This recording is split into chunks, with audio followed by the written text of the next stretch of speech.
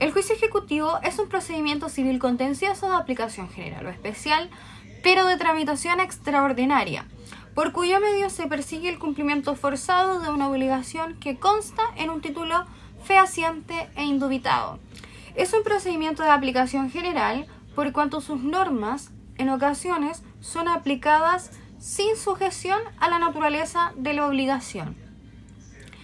Es un procedimiento de aplicación especial cuando sus normas son específicamente aplicadas con sujeción a la naturaleza de la obligación, como así ocurre en el juicio ejecutivo de las obligaciones de dar, hacer o no hacer. Es un procedimiento que tiene como fundamento una obligación, y esta obligación consta en un título fehaciente e indubitado. Es un procedimiento de apremio porque busca por medios compulsivos obtener el cumplimiento forzado de la obligación sobre los bienes materiales del deudor. Estas fueron las características de nuestro juicio ejecutivo. Y una de las características, cierto, es que tiene como fundamento una obligación. Y nosotros, de nuestro estudio del derecho de las obligaciones, sabemos que el objeto de las obligaciones es la prestación que puede consistir en dar, hacer o no hacer algo en favor del acreedor. Con ello inferimos el primer criterio de clasificación del juicio ejecutivo, que es según la naturaleza de la obligación. Así tenemos que nuestro juicio ejecutivo puede versar sobre una obligación de dar, una obligación de hacer o una obligación de no hacer.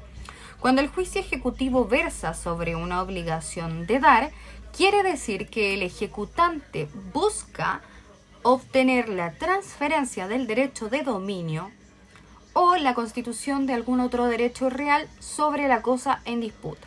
Cuando el juicio ejecutivo versa sobre una obligación de hacer, entendemos que el ejecutante lo que busca es la realización de un hecho, la prestación de un servicio o la suscripción de un documento por parte del ejecutado. Y cuando el juicio ejecutivo versa sobre una obligación de no hacer, sabemos que el ejecutante lo que busca es que el ejecutado dé cumplimiento a la abstención respecto de la que se obligó en el título. Otro criterio de clasificación del juicio ejecutivo versa sobre el campo de aplicación del juicio ejecutivo. Dijimos que puede ser de aplicación general cuando el juicio ejecutivo cuando las normas del juicio ejecutivo no se aplican con sujeción a la naturaleza de la obligación. Y puede ser de aplicación especial cuando sí se apliquen con sujeción a la naturaleza de la obligación, como es lo que ocurre específicamente con las obligaciones de dar, hacer o no hacer. El tercer criterio de clasificación del juicio ejecutivo versa sobre la cuantía del asunto. Puede ser juicio ejecutivo de mayor cuantía o puede ser juicio ejecutivo de mínima cuantía. Con esa primera parte tenemos clarísima esta estructura que se nos exige a todo estudiante de derecho para poder exponer un tema que dice relación con que primero concepto, después características, luego clasificación. Pero pasemos al desarrollo, al entendimiento. ¿Cómo una persona puede iniciar un juicio ejecutivo? ¿Cómo una persona puede iniciar una ejecución? ¿Qué requisitos debe cumplir? Entonces, requisitos que se deben cumplir para poder iniciar una ejecución. Que la obligación conste en un título al que la ley le otorgue el mérito de ejecutivo. Que la obligación que consta en el título sea actualmente exigible. Que la obligación que consta en el título sea líquida o liquidable mediante simples operaciones aritméticas. Que la obligación que conste en el título ni el título se encuentren prescritas. Esos son los 4 requisitos que deben cumplirse para poder iniciar una ejecución, el cual vamos a ir viendo uno a uno. Primer requisito, que la obligación conste en un título al que la ley le otorgue el mérito de ejecutivo. Eso quiere decir que la obligación consta en un título ejecutivo y que finalmente lo de fehaciente e indubitado son solo características del título. Perfecto. ¿Qué es un título ejecutivo? Un título ejecutivo es un documento o antecedente que da cuenta de un derecho indubitado. Indubitado quiere decir respecto del que no cabe ninguna duda. Entonces es un documento que da cuenta de un derecho indubitado al cual la ley le otorga el mérito suficiente para poder exigir el cumplimiento forzado de la obligación que en él consta. Respecto de esta materia de los títulos ejecutivos, lo primero que se nos tiene que venir a la cabeza es el artículo 434 del Código de Procedimiento Civil, que si bien es cierto, no es taxativo, se encarga de enumerar los que debemos de considerar como títulos ejecutivos. Y dice: sentencia firme, definitiva o interlocutoria, acta de avenimiento, autorizada por ministro de fe o dos testigos de actuación, copia de instrumento público e instrumento privado reconocido judicialmente o mandado a tener por reconocido, confesión judicial, cualquier título al portador o nominativo emitido legalmente. Y viene el séptimo numeral, que es en donde nosotros inferimos que no es taxativo. Y cualquier otro título al que la ley le otorgue el mérito ejecutivo. Disculpen el sonido de los perros. Eso es lo que es un título. Esos son los títulos ejecutivos. ¿Cómo podemos clasificar los títulos? Los títulos principalmente, admiten otros criterios de clasificación, pero el más importante es que los títulos pueden ser perfectos o imperfectos. Los títulos perfectos son aquellos que cumplen con los requisitos que se requieren para poder iniciar una ejecución, es decir, que dé cuenta de una obligación, de cuenta de una obligación actualmente exigible, líquida y que no esté prescrita. Y un título imperfecto es aquel que no reúne alguno o todos los requisitos que se exigen para la perfección de un título. ¿Y por qué esto tiene importancia? Porque cuando yo cuento con un título que está perfecto, puedo iniciar una ejecución por demanda ejecutiva. Pero cuando no cuento con un título perfecto, es decir, cuento con un título imperfecto y quiero iniciar una ejecución, tengo que iniciar el proceso ejecutivo mediante una gestión preparatoria de la vía ejecutiva. El segundo requisito que se nos exige para poder iniciar una ejecución es que la obligación sea actualmente exigible. ¿Pero qué quiere decir que sea actualmente exigible? Lo que quiere decir es que no esté sujeta a alguna anomalía en cuanto a su exigibilidad o cumplimiento. Es decir, que no esté sujeta a ningún modo, plazo o condición. El tercer requisito dice relación con que la obligación sea líquida o liquidable mediante simples operaciones aritméticas. Es decir, que en el mismo título la obligación esté cuantificada en una suma de dinero o que pueda cuantificarse en una suma de dinero, para efectos de poder tener claro qué bienes son suficientes para poder cumplir con la obligación de realizar estos bienes, venderlos para que con el producto se le pague al acreedor. El cuarto requisito dice relación con que la obligación no se encuentre prescrita y el título tampoco.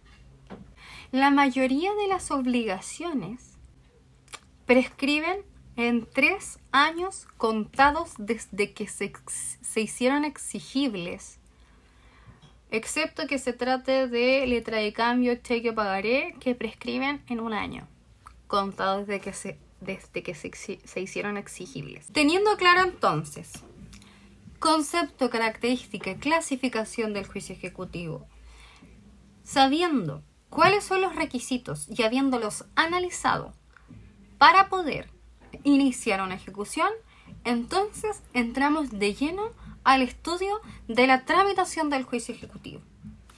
Entonces, lo primero que debemos de estudiar en esta parte de la materia es cómo se inicia un juicio ejecutivo. Ya sabemos más o menos que puede iniciarse mediante una demanda ejecutiva o mediante una gestión preparatoria de la vía ejecutiva, y que lo uno o lo otro va a depender de la perfección del título. Si yo cuento con un título ejecutivo, entonces voy a iniciar mi juicio ejecutivo mediante una demanda ejecutiva, respecto de la cual el tribunal va a hacer un examen de admisibilidad para ver si cumple o no con los requisitos exigidos para poder iniciar la ejecución, y si cumple con los requisitos, entonces va a ordenar el mandamiento de ejecución y embargo para que le sea notificado al deudor o ejecutado en este caso.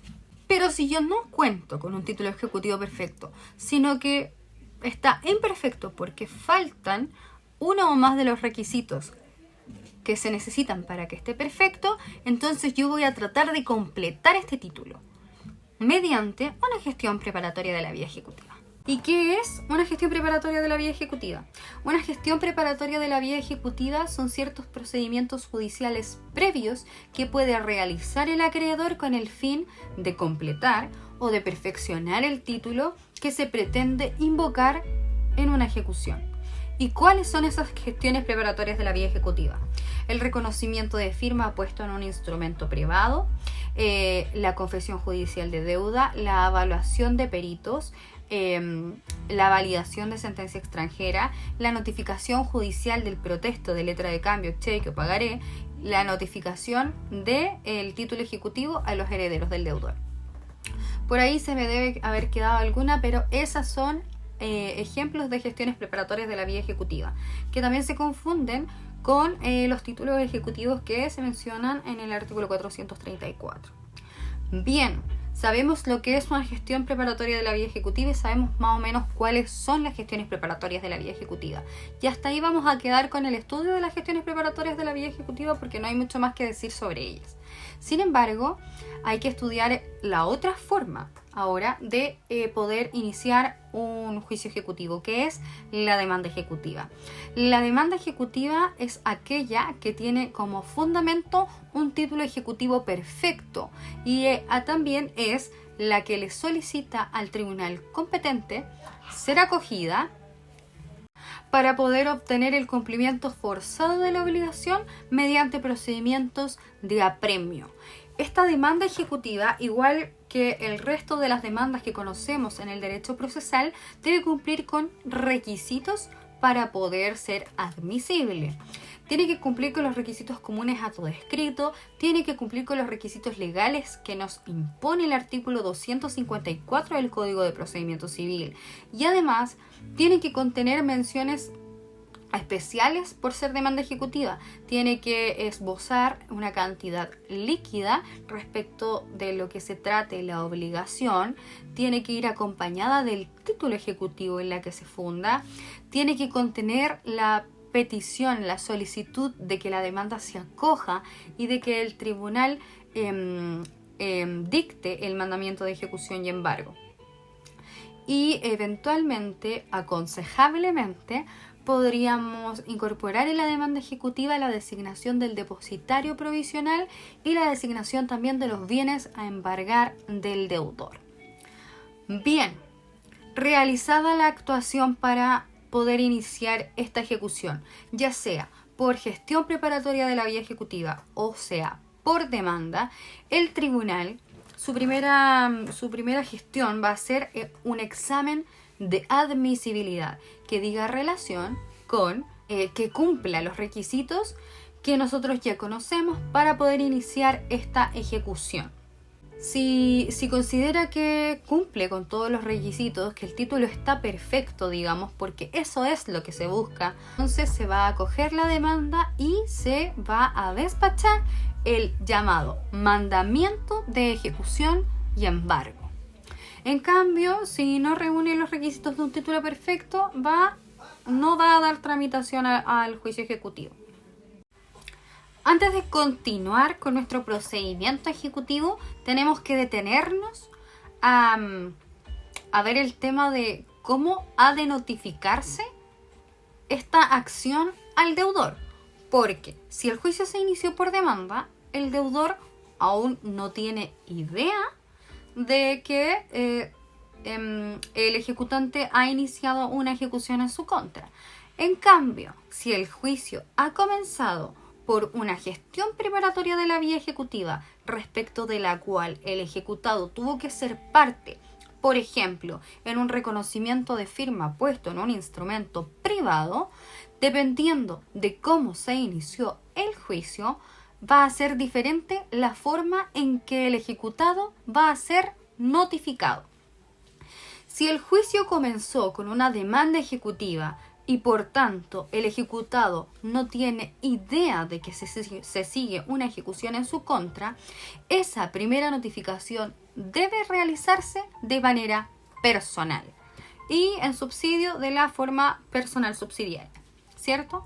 Pero si el juicio comenzó por una gestión preparatoria de la vía ejecutiva respecto de que el ejecutado ya tiene conocimiento, recordemos que en la primera gestión que el ejecutado realice ante el tribunal, tiene la carga procesal de indicar un domicilio conocido para efectos de notificación. Entonces, si el ejecutado, deudor o demandado, así le vamos a llamar, si el ejecutado, deudor o demandado ha designado un domicilio conocido, será notificado de la acción ejecutiva por cédula. En cambio, si él no cumplió con esa carga procesal, a modo de sanción, se le va a notificar por el estado diario y la resolución de igual manera le va a afectar al deudor esta resolución. Bien, continuando con la tramitación de nuestro juicio ejecutivo. Luego del examen de admisibilidad que realiza el tribunal, acogida a tramitación la acción y por tanto, continuando con la ejecución, el tribunal va a despachar el mandamiento de ejecución y embargo. ¿Y qué es el mandamiento de ejecución y embargo? El mandamiento de ejecución y embargo es una orden que emana del tribunal y que contiene la orden de requerir de pago al deudor y de embargarle bienes en cantidad suficiente para el caso en que no pague en el acto de requerirle de pago. Esa es la definición de mandamiento de ejecución y embargo, ¿ya? Es una orden que emana del tribunal dirigida al ministro de fe para que el ministro de fe, que es el receptor judicial, requiera de pago al deudor y en el acto de requerirle de pago al deudor se le va a su vez en el mismo acto y por consiguiente notificar de la ejecución que se sigue en su contra. Y en ese momento el deudor puede pagar la obligación, el capital de la obligación, las costas y los intereses, o no pagarlos. Y si decide no pagarlos, puede hacer uso de su derecho para ocupar el tiempo que la ley le otorga para oponer excepciones o también puede no pagar y no hacer nada. Antes de continuar, me gustaría hacer hincapié en el tema del mandamiento de ejecución y embargo, porque suele ser un tema controversial, preguntable y que suele generar mucha confusión, me incluyo, entre los estudiantes de Derecho. El mandamiento de ejecución y embargo es una orden que emana del tribunal. El tribunal la emana y ordena el despáchese, porque es una orden que no va dirigida al ejecutado, va dirigida a un ministro de fe. Un ministro de fe al que le da la orden. Y las órdenes que le da es de requerir de pago al deudor y que si el deudor no paga en el acto del requerimiento de pago, le embargue bienes en cantidad suficientes para cumplir con la obligación de la que versa el título ejecutivo invocado por el ejecutante. Se habla también de las menciones esenciales y las menciones accidentales que puede tener el mandamiento de ejecución y embargo. Y bien, hay que aprendérselas. Las menciones esenciales del mandamiento de ejecución y embargo son la orden de requerir de pago al deudor y la orden de embargarle bienes en cantidad de suficientes en caso de que no pague al momento del requerimiento de pago. Y la tercera mención esencial es la firma del juez y el secretario del tribunal. Las menciones accidentales del mandamiento de ejecución y embargo dicen relación con la designación de un depositario provisional, si el ejecutado no lo designó en su demanda, la designación de los bienes a embargar, en caso de que el ejecutado tampoco lo haya designado en su demanda, y la posibilidad de recurrir a la fuerza pública en caso de ser necesario. ¿Y cuándo va a ser necesario recurrir a la fuerza pública? Cuando el ejecutante lo haya solicitado expresamente en su demanda o cuando se tenga temor fundado de que el ejecutado va a hacer caso omiso al mandamiento de ejecución y embargo. Eso es todo. Ese es el mandamiento de ejecución y embargo. Y el requerimiento de pago es algo completamente diferente, es algo que va incluido, es la orden que va incluida en el mandamiento de ejecución y embargo. El requerimiento de pago es un acto del ministro de fe en el que le exige el pago de la obligación al deudor. ¿De qué obligación? De la obligación que consta en el título ejecutivo invocado por el ejecutante.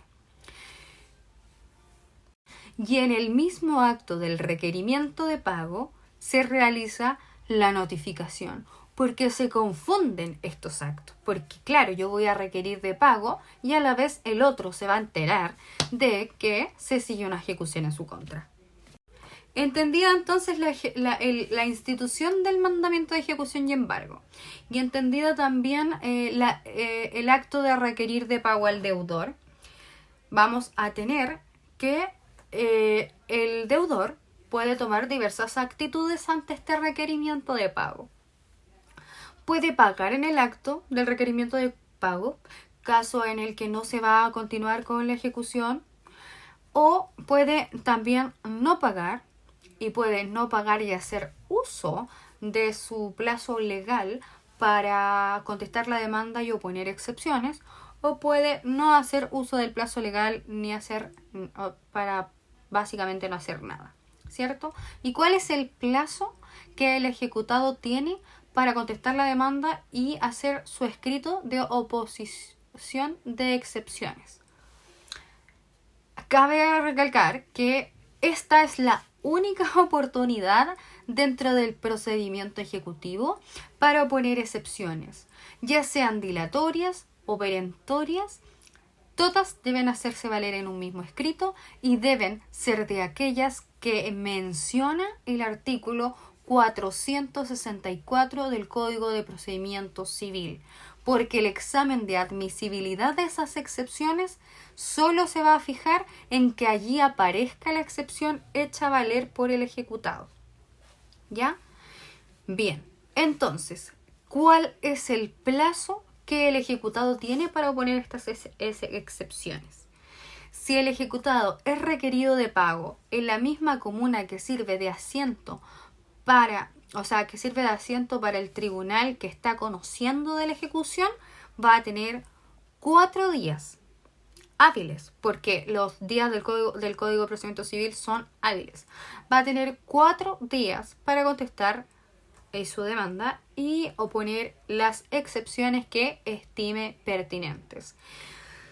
Si es requerido de pago dentro del territorio jurisdiccional, pero fuera de la comuna que sirve de asiento para el tribunal que conoce de la ejecución, va a tener 8 días para poder hacer su escrito de oposición de excepciones.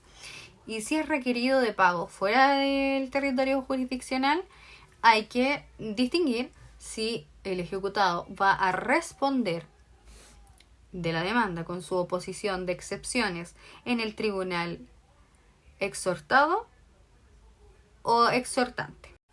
Entonces, si el ejecutado pretende responder la demanda, contestar la demanda con sus excepciones en el tribunal exhortado, va a tener 4 días para responder de la demanda y oponer sus excepciones. Pero si quiere responder en el tribunal exhortante, va a tener el plazo de 8 días más la tabla de emplazamiento. Perfecto. El ejecutado responde la demanda, opone excepciones. ¿Qué hace el tribunal?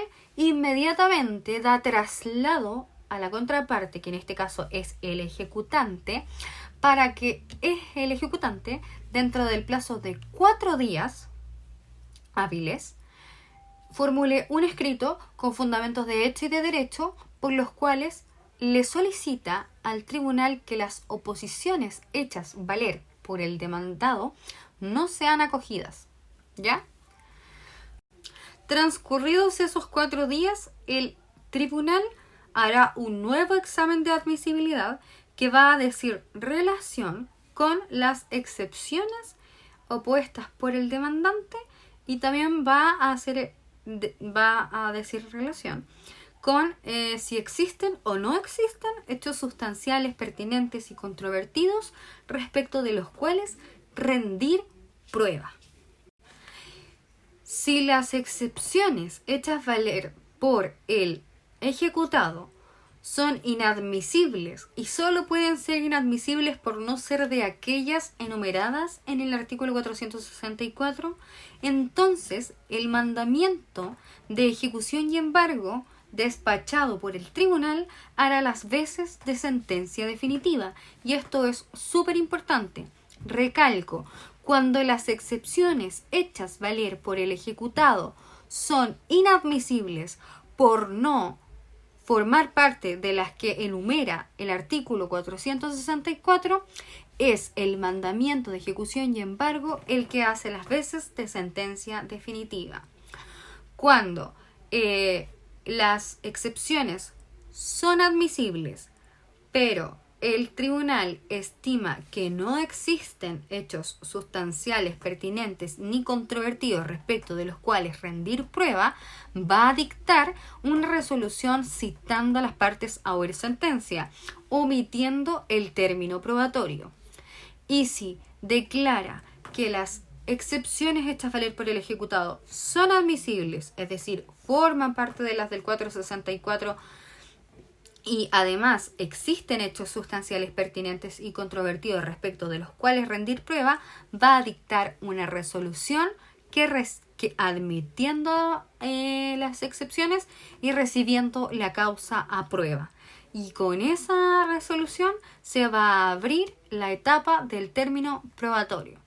Entonces, la resolución que recibe la causa a prueba en el juicio ejecutivo marca un hito muy importante dentro de él, porque nos indica el momento en el que va a empezar a correr el término probatorio.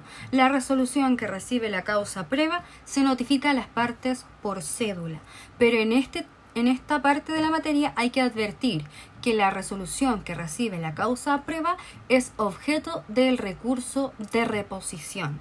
Y cuando se interpone un recurso de reposición contra la resolución que recibe la causa a prueba, el término probatorio no va a comenzar a correr desde que se notificó por cédula a las partes, sino desde la resolución que falla la última solicitud de reposición que se notifica a las partes por estado diario. Desde ahí en adelante entonces vamos a empezar a contar nuestro término probatorio. ¿Y cuál es el plazo para rendir prueba dentro del juicio ejecutivo? Ahí entramos de lleno a todo lo que se llama etapa de prueba, ¿cierto? El término probatorio. El término probatorio, por regla general, en el juicio ejecutivo dura 10 días. ¿Ya? Y hay contemplado otro término probatorio llamado extraordinario que se va a producir dentro del juicio cuando las partes de común acuerdo lo soliciten al tribunal, y ese término extraordinario no tiene una duración definida porque van a ser las mismas partes que de común acuerdo lo van a convenir, ¿ya? Entonces, el término probatorio extraordinario dentro del juicio ejecutivo dice relación con una convención total y absoluta de las partes, porque las partes en conjunto se lo solicitan y las partes en conjunto deciden su duración. Además, dentro del término probatorio del juicio ejecutivo debemos contemplar que existe la ampliación de la prueba, ¿ya? Y esta es una facultad que la ley otorga al ejecutante para solicitar ampliar el término probatorio por motivos fundados y siempre y cuando lo solicite antes del vencimiento del término probatorio, y solo se puede extender por 10 días más. Ahora tenemos conocimiento de que el término probatorio en el juicio ejecutivo por regla general dura 10 días, que se puede ampliar a solicitud solo del ejecutante por 10 días más cuando lo solicite con los requisitos que se estiman, ¿cierto? Que es que lo solicite antes de que se venza el plazo y por motivos fundados, que también se contempla un término probatorio extraordinario respecto del cual no podemos esbozar una duración porque la duración se determina en audiencia por convención de las mismas partes. Perfecto, sabemos eso. Ahora, ¿cómo se rinde la prueba en el juicio ejecutivo? La prueba en el juicio ejecutivo se rinde de la misma manera que se rinde la prueba en el juicio ordinario, con la salvedad de que la lista de testigos debe ser presentada dentro de los 5 primeros días del término probatorio. Perfecto. Se acabó el término probatorio, las partes rindieron la prueba. ¿Qué procede ahora? Terminado el término probatorio, se abre un plazo de 6 días hábiles para que las partes puedan formular las llamadas observaciones a la prueba.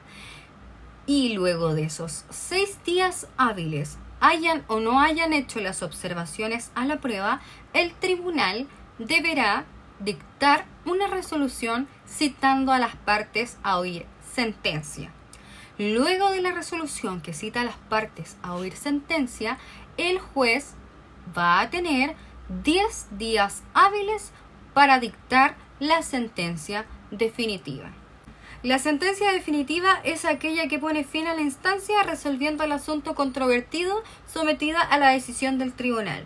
¿Y qué forma puede tener la sentencia definitiva dentro del juicio ejecutivo? Dentro del juicio ejecutivo, la sentencia definitiva puede ser absolutoria o condenatoria. La sentencia definitiva absolutoria es aquella que acoge una o más excepciones hechas valer por el ejecutado, la que rechaza la demanda y la que ordena alzar el embargo. En cambio, la sentencia definitiva de condena es aquella que rechaza la totalidad de las excepciones opuestas por el ejecutado, la que acoge la demanda y la que ordena continuar con la ejecución, con el embargo. La sentencia condenatoria, a su vez, se puede clasificar en sentencia condenatoria de pago o sentencia condenatoria de remate. La sentencia condenatoria va a ser de pago cuando los bienes embargados recaigan sobre la especie o cuerpo cierto que se debe o sobre una cantidad de dinero. Lo que va a hacer el tribunal es ordenar la entrega de esa especie o cuerpo cierto al acreedor, o en caso de que recaiga sobre una cantidad de dinero, va a ordenar tasar las costas del juicio para que todo ese dinero se liquide en la cuenta corriente del tribunal. Cuando la sentencia condenatoria es de remate, quiere decir que los bienes embargados no son una especie o cuerpo cierto ni son una cantidad de dinero, y se puede proseguir con el remate aunque la sentencia de remate no esté ejecutoriada, porque cualquier recurso que se intente contra ella igualmente no va a suspender su cumplimiento, porque recordemos que contra la sentencia definitiva proceden algunos recursos, como por ejemplo el de apelación. ¿Y cómo se va a conceder el recurso de apelación? Cuando lo interponga el ejecutante, no va a haber ningún problema en que se conceda en ambos efectos, en el efecto devolutivo y en el efecto suspensivo. Pero si lo interpone el ejecutado, la apelación se va a conceder en el solo efecto devolutivo, no en el suspensivo, porque cualquier recurso que se interponga en contra de la sentencia definitiva condenatoria de remate no va a o de pago también, no va a suspender el cumplimiento de la misma. En contra de la sentencia definitiva, aparte del recurso de apelación, procede el recurso de casación en la forma y también procede el recurso de aclaración, interpretación, rectificación y enmienda. Con estos trámites, dictada la sentencia definitiva, se concluye el juicio ejecutivo en cuanto a la tramitación del juicio ejecutivo en el cuaderno principal. Y es aquí en donde empezamos a hablar del asunto de los cuadernos, ¿cierto? Porque sabemos que en el juicio ejecutivo se manejan a lo menos 2 cuadernos. El cuaderno principal, que es en donde se deja constancia de la tramitación sustancial del juicio ejecutivo, ¿cierto? Y está este llamado cuaderno de apremio. El cuaderno de apremio dice relación con la anotación de todos los procedimientos compulsivos que se realicen sobre los bienes del deudor, y se abre con el mandamiento de ejecución y embargo, que es uno del más o menos los primeros trámites que se realizan dentro del juicio ejecutivo, ¿cierto? Ya, el cuaderno de apremio se abre con el mandamiento de ejecución y embargo. Y lo voy a volver a decir, el cuaderno de apremio se abre con el mandamiento de ejecución y embargo. Ya, y la anotación siguiente en el cuaderno de apremio es el requerimiento de pago al deudor. Y por consiguiente, la tercera anotación debería ser el embargo y todo lo que tenga relación con el embargo. Y todo lo que tenga que ver con los procedimientos compulsivos que se realicen sobre los bienes del deudor para obtener el cumplimiento de la obligación. Bien, ahora vamos a pasar de lleno al estudio del cuaderno de apremio, ¿cierto? Que, como ya dije majadamente, comienza con el mandamiento de ejecución y embargo, y que la anotación inmediatamente siguiente de su cuaderno debería ser el requerimiento de pago hecho por el ministro de Fe al deudor. Y de ahí en adelante, todo lo que se anote va a decir relación con procedimientos de apremio compulsivos que tengan por objeto obtener el cumplimiento de la obligación sobre los bienes del deudor. Entonces, de ahí en adelante vamos a encontrar anotaciones que digan relación con el embargo y con la realización de los bienes. ¿Y qué es el embargo? El embargo es un acto jurídico material que consiste en la aprehensión real o simbólica de los bienes embargados previa orden de autoridad competente realizada por un ministro de fe y que tiene por objeto, ¿cierto?, pagarle con esos bienes al acreedor o pagarle al acreedor con el producto de la realización de esos bienes, ¿ya? Y las características del embargo son las siguientes. Es un acto de autoridad porque emana del tribunal, porque es realizada por el ministro de fe, inclusive pudiendo recurrir a la fuerza pública en caso de ser necesario. Es un acto material porque se perfecciona con la entrega de los bienes embargados a la figura del depositario, ¿ya? Y es un acto jurídico que produce consecuencias jurídicas inmediatamente una vez trabado el embargo, porque recordemos que el artículo 1464 número 3 del Código Civil dice que hay objeto ilícito en la enajenación de cosas embargadas por decreto judicial. Perfecto.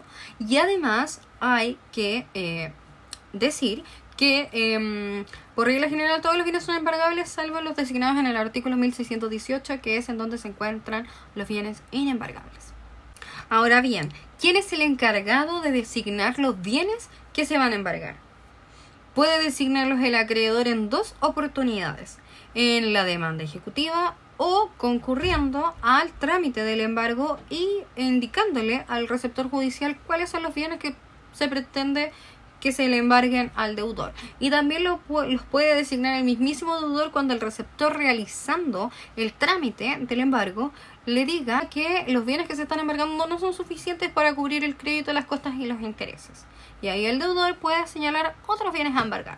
Ahora bien, ¿cómo se realiza, cómo se perfecciona el embargo? Con la entrega, con la aprehensión material, ¿cierto?, real o simbólica, de los bienes embargados al depositario provisional o definitivo, que puede recaer en la mismísima persona del deudor. No es que lo anterior haya sido menos importante, pero esto es realmente importante en cuanto al trámite del embargo, que es las formalidades posteriores al embargo, que si uno las racionaliza, finalmente es una con muchas menciones.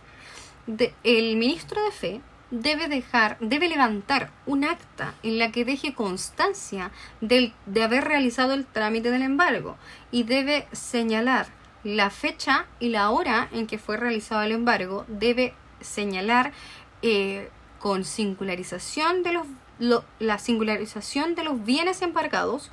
Si son muebles, debe señalar la individualización, el estado de conservación y la calidad y cualquier otro dato que sirva para singularizar el bien mueble. Y si es un bien inmueble o un derecho real sobre un inmueble, debe señalar los datos de inscripción. Debe además contener la firma del receptor judicial y de el acreedor y deudor que hayan concurrido al trámite del embargo, si deseen firmar. Y esta acta debe consignarse, debe dejarse constancia de esta acta en el cuaderno de apremio. Y además debe dejarse una constancia en el cuaderno de apremio de que se ha emitido una carta certificada informando al deudor que se realizó el trámite del embargo en un plazo máximo de 2 días hábiles posterior a la realización del trámite. Cabe destacar que por la no emisión de la carta certificada no se va a invalidar el embargo, solo va a traer como consecuencia que el receptor judicial reciba una sanción disciplinaria por no haber realizado el trámite de la carta certificada. ¿Cuáles son los efectos que conlleva el embargo? Obviamente, la persona más perjudicada con el embargo va a ser el ejecutado. Y eso dice relación con los efectos. El ejecutado, el deudor, el demandado, pierde la libre administración de los bienes embargados. Y ahora la libre administración va a recaer en la figura del depositario. Pierde también la facultad de disposición sobre los bienes embargados, porque recordemos que hay una prohibición de enajenar sobre los bienes embargados que ya esbozamos, ¿cierto? En 1464, número 3, que dice que hay objeto ilícito en la enajenación de los bienes embargados. Bien. Esas dos facultades, la de administración y de la disposición, ahora van a recaer en la figura del depositario. ¿Y quién es el depositario? Es esta persona encargada de mantener la aprehensión real o simbólica de los bienes embargados hasta la realización de los mismos. El depositario tiene algunas facultades y otras cargas que la ley le otorga, ¿cierto? Tiene la facultad de administrar el bien como mejor le parezca. Tiene la facultad de poder trasladar el bien al lugar que él considere más conveniente. Y tiene la facultad, ¿cierto? Puede llegar a tener la facultad de vender el bien, de enajenarlo. Cuando el bien sea de difícil conservación o cuando el bien esté sujeto a corrupción. También tiene derecho el depositario a recibir una remuneración por su gestión. Remuneración que va a perder cuando recaiga sobre el delito de depositario alzado o cuando la cosa perezca por culpa o dolo del depositario. En cuanto a las obligaciones del depositario, el depositario tiene la obligación de consignar las cantidades líquidas que obtenga de la enajenación de los bienes en la cuenta corriente del tribunal. Tiene la obligación también de rendir cuentas al finalizar su gestión acerca de sus gestiones y también tiene la obligación de rendir cuentas parciales cuando el tribunal se lo solicite o cuando las partes lo pidan expresamente. Respecto del embargo, también es importante señalar los incidentes que se pueden producir a su propósito, como lo son la ampliación del embargo, la reducción del embargo, la sustitución del embargo y la cesación del embargo, que son súper fáciles de entender. La ampliación del embargo dice relación con embargar más bienes porque los bienes embargados no son suficientes para cubrir el crédito, las costas y los intereses. Entonces se solicita ampliar, se solicita en el fondo embargar más bienes. La reducción del embargo dice relación con todo lo contrario, que el ejecutado encuentra que los bienes embargados son más que suficientes. Hay más bienes embargados de los que debería para cubrir el crédito de las costas y los intereses y por tanto el ejecutado solicita que se retiren algunos bienes de la calidad de embargados. La sustitución del embargo dice relación con que el deudor sustituye el embargo por otra cosa, y esa otra cosa solo puede ser una suma de dinero que cubra la obligación, las costas y los intereses que genere el crédito. Solo puede ser esto antes del remate. Y la cesación del embargo dice relación con la cesación del embargo, porque el ejecutado paga la obligación, las costas y los intereses y consigna este dinero en la cuenta corriente del tribunal. Esos son los incidentes del embargo. Y con ello hemos concluido el estudio de la institución del embargo a cabalidad. Entendido entonces la institución del embargo como tal, ahora lo que nos corresponde estudiar dentro de nuestro cuaderno de apremio es el remate. El remate es un acto jurídico procesal que tiene lugar cuando el tribunal emana, ¿cierto?, la sentencia definitiva condenatoria de remate. Hasta este punto el deudor podía salvarse del remate porque podía detener la realización de los bienes pagando. Pero una vez realizado el remate, el deudor ya no tiene nada más que hacer.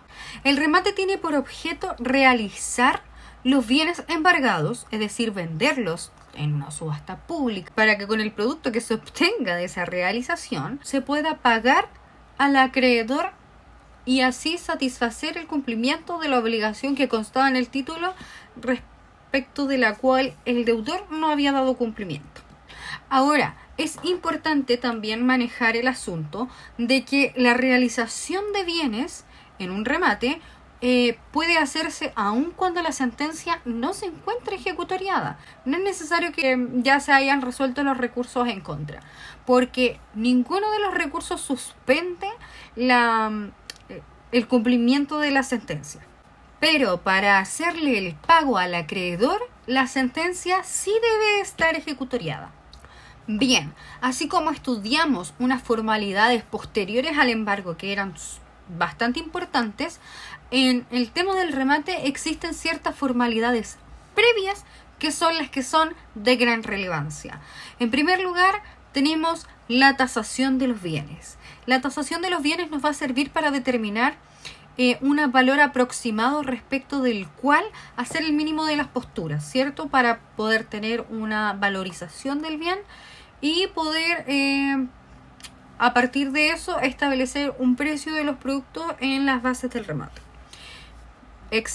Precisamente eso es lo que viene posterior a la tasación de los bienes. Acordar las bases del remate, que son condiciones en conformidad a las cuales se va a llevar a efecto el remate. Tasados los bienes y fijadas las bases para realizar el remate, lo que viene ahora es fijar un día y una hora para que se realice este remate, ¿ya?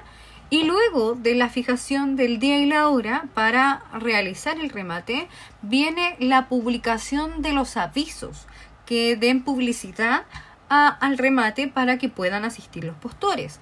El primero de los avisos debe realizarse 15 días antes de la fecha estimada para el remate y debe publicarse al menos 4 veces en un diario de la comuna de asiento del tribunal que va a llevar a cabo el remate. Y si no hay un diario en esa comuna asiento del tribunal, las publicaciones han de efectuarse en la capital de la comuna. Y si los bienes se encuentran en otro territorio, las publicaciones también deben hacerse en ese lugar. La quinta formalidad previa importante al remate es la citación de los acreedores hipotecarios, para que estos puedan participar de este proceso, para que se enteren también de que su finca hipotecada está siendo objeto de realización en un proceso de remate. Se deben citar personalmente, y si no son citados personalmente, entonces los acreedores van a tener reservado su derecho. Y respecto de ellos, entonces, la hipoteca no se extingue. La sexta y última formalidad previa al remate con la que debemos cumplir es la autorización del acreedor para realizar los bienes y la autorización del juez. Ahora bien, ¿cómo ha de realizarse este remate? Al remate, luego de publicados los avisos, ¿cierto?, los postores se interesaron y concurren el día y la hora al remate. Los postores antes deben rendir una caución que ascienda a lo menos al 10% de la tasación de los bienes para poder participar en este remate. Y el tribunal va a calificar la caución y si la admite va a dar derecho a este postor para que pueda participar en la realización de los bienes. A este remate también puede asistir el acreedor, que obviamente no va a tener que rendir caución. Los postores van a iniciar ofreciendo un precio sobre el mínimo establecido en las bases del remate, que por cierto no puede ser inferior a los 2/3 de la tasación de estos bienes. Y va a concluir cuando se llegue a la postura más alta posible. Caso en el que se va a realizar una verdadera compraventa, respecto de la cual habrá que cumplir ciertas formalidades para terminar adjudicando los bienes al postor. El levantamiento de un acta de remate que debe suscribirse y también el otorgamiento de la escritura pública de adjudicación de bienes del remate.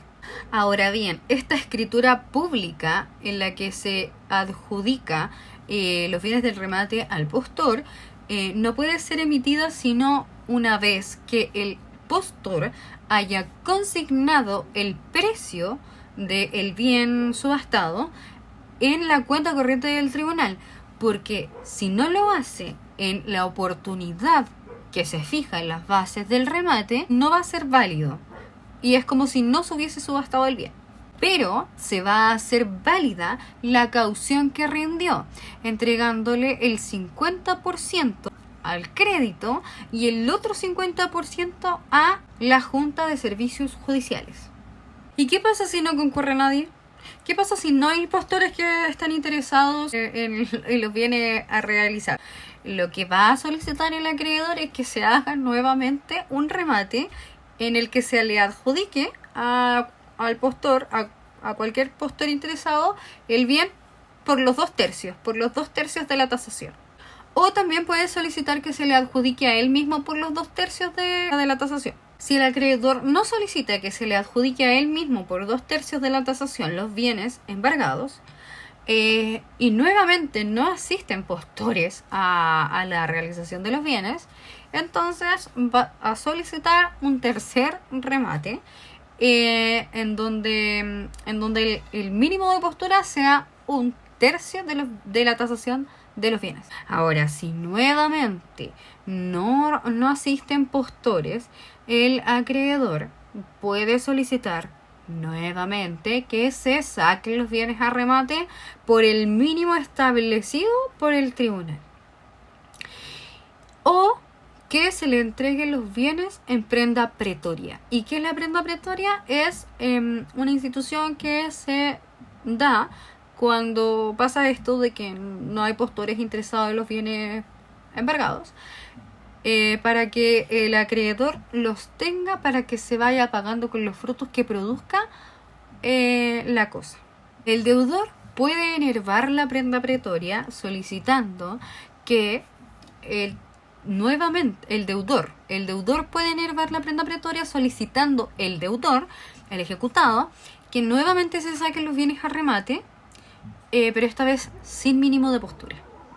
Y bien, con ese trámite se termina el cuaderno de apremio, con el trámite del remate, de la realización de los bienes. Ahora bien, hay ciertos trámites posteriores a la realización de los bienes que se deben de cumplir: consignación, liquidación del crédito, intereses y reajustes, tasación de las costas, rendición de cuentas del depositario, remuneración del depositario y pago al acreedor. ¿Y cómo ha de hacerse este pago al acreedor? Primero se debe respetar el orden de la prelación de los créditos, por lo tanto, primero se pagan los créditos preferentes. Luego se liquidan las costas y la remuneración del depositario. Luego se pagan los intereses que haya producido el capital. Y en último lugar, se paga el capital. Y con ello podemos decir que hemos terminado el estudio del juicio ejecutivo en sí. Ahora, lo que nos queda es estudiar la posibilidad de este tercer cuaderno llamado cuaderno de tercerías. Pero hasta acá es el juicio ejecutivo.